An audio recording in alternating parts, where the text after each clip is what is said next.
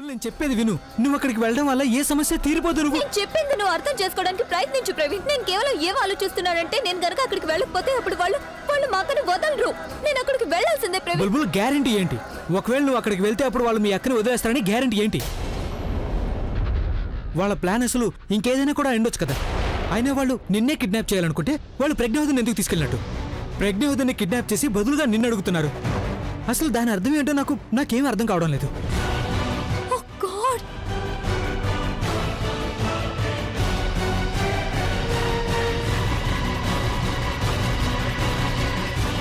ఇప్పుడు నాకు అర్థమైంది ప్రవీణ్, అసలు వాళ్ళు అక్కని కిడ్నాప్ చేయాలని అనుకోలేదు. వాళ్ళు నన్ను కిడ్నాప్ చేయాలనుకున్నారు. అయితే వాళ్ళు పొరపాటున అక్కని కిడ్నాప్ చేశారు.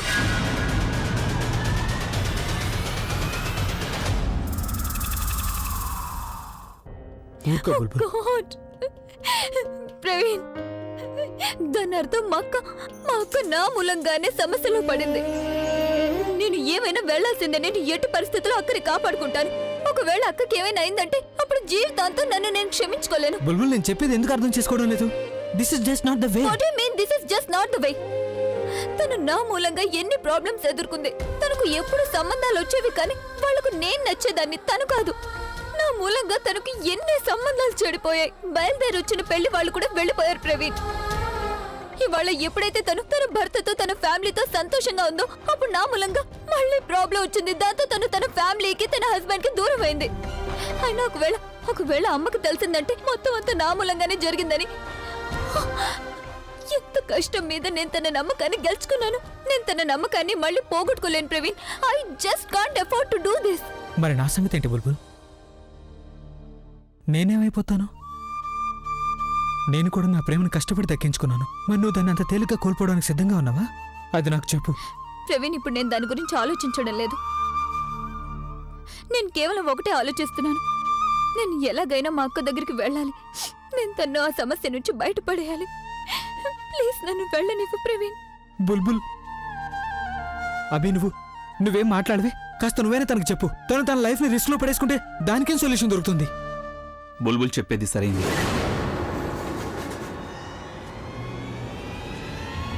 వాళ్ళు కోరుకున్నట్టు బుల్బుల్ అక్కడికి వెళ్ళటం తప్ప మన దగ్గర ఇంకో సొల్యూషన్ లేదు.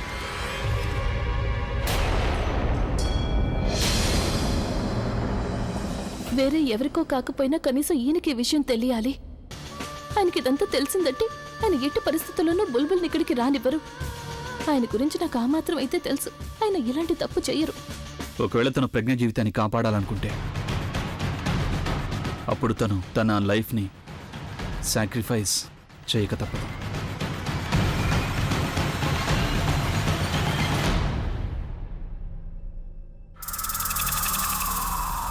నువ్వు అలా అంటున్నావేంటి? నువ్వు తనకు నచ్చ చెప్పాల్సింది పోయి తను పాపం భయపడిపోయింది. తనకేం అర్థం కావడం లేదు.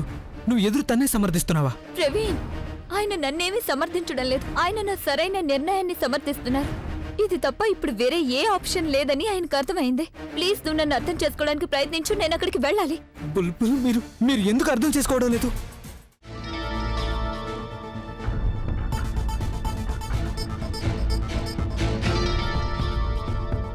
ఉందా? ఎస్, ఫైనలీ ఆ బుల్బుల్ కార్పొరేటర్ దగ్గరికి వెళ్ళిపోయింది. నా జస్ట్ హోప్ అక్కడ ఎలాంటి గందరగోళం జరగకూడదు. ఇక ఆ బుల్బుల్ నా లైఫ్ నుంచి పర్మనెంట్ గా తప్పుకోవాలి. అదంతా సరే ఆలియా, కానీ ప్రజ్ఞ తన సంగతి ఏంటి? తనైతే ఇంటికి వస్తుంది కదా. తను వచ్చిందంటే మొత్తం చెప్పేస్తుంది ఇదంతా కార్పొరేటర్ చేశాడని. అప్పుడు ఒకవేళ తను దొరికిపోతే ఇక మన బండారం బయటపడిపోతుంది. మనం కూడా ఈ కిడ్నాపింగ్ అనుకున్నామని. ప్రజ్ఞ ఇక్కడికి వచ్చాక అప్పుడు ప్రజ్ఞ గురించి ఆలోచిద్దాం. And for now let me enjoy the moment. తను ఎక్కడికి వెళ్తున్నాడు? అనే అయితే ఇంట్లో లేడుగా. Alia, thanks for it. Praveen, నువ్వు ఇక్కడ? అన్నయ్య ఎక్కడున్నాడు? అభి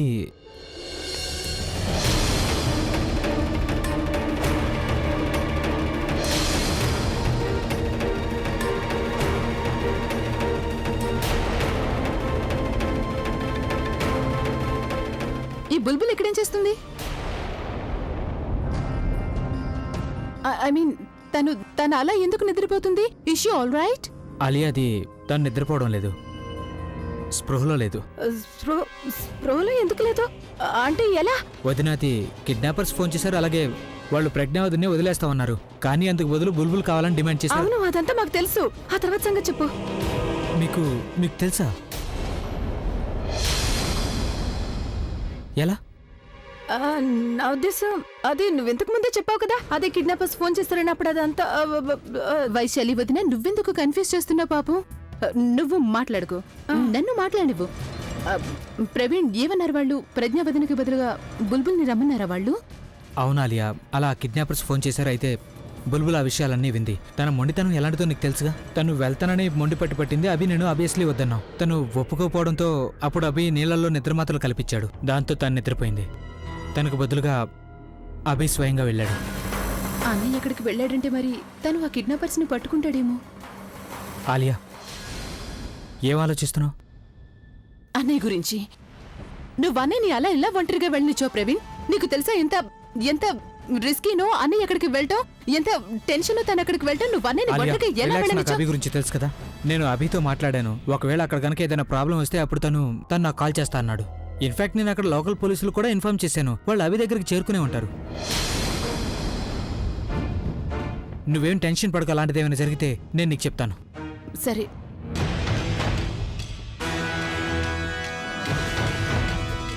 ఐ వాజ్ రైట్. కావాలని ఇలాంటి చోటికి రమ్మన్నాడు. ఇక్కడ తప్పిపోయినా వాళ్ళని వెతకడం కష్టం అవుతుంది. అలాగే దొరికిపోతే అప్పుడు పారిపోవడం కష్టం అవుతుంది. ఇప్పుడు వాడు ఒక్కడా లేక చాలామంది ఉన్నారనేది చూడాలి. ఈ చోటే సరైంది. ఇక్కడ దాక్కుని కిడ్నాపర్స్ మీద కన్నేసి ఉంచుతా.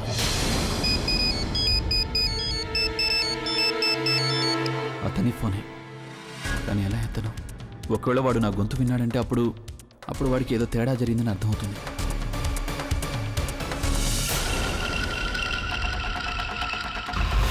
ఎక్స్క్యూజ్ మీ, మీరు ఈ అడ్రస్ మా ఫ్రెండ్కి చెప్తారా కొంచెం ప్లీజ్? ప్లీజ్. హలో, ఎక్కడున్నావు నువ్వు? ఇక్కడ లక్ష్మీ కృప అని చెప్పి ఒక దుకాణం ఉంది. ఏ రంగు డ్రెస్ వేసుకున్నావు నువ్వు? ఇతను నా బట్టల రంగు ఎందుకు అడుగుతున్నాడు?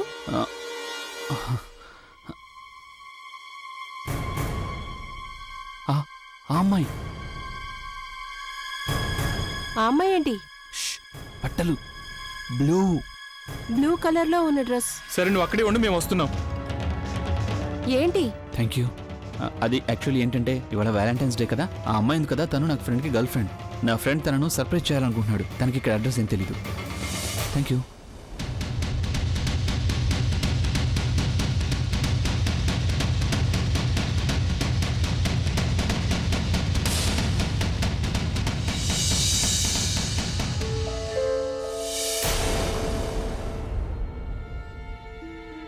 బ్లూ డ్రెస్ అని చెప్పింది కదా, తను ఈ అమ్మాయి కాదు. అయితే వీళ్ళే అయి ఉంటారు. ఇంకొంచెం సేపు అంతే ప్రజ్ఞ గారు. తర్వాత నా బుల్బుల్ నా ఎదురుగా ఉంటుంది.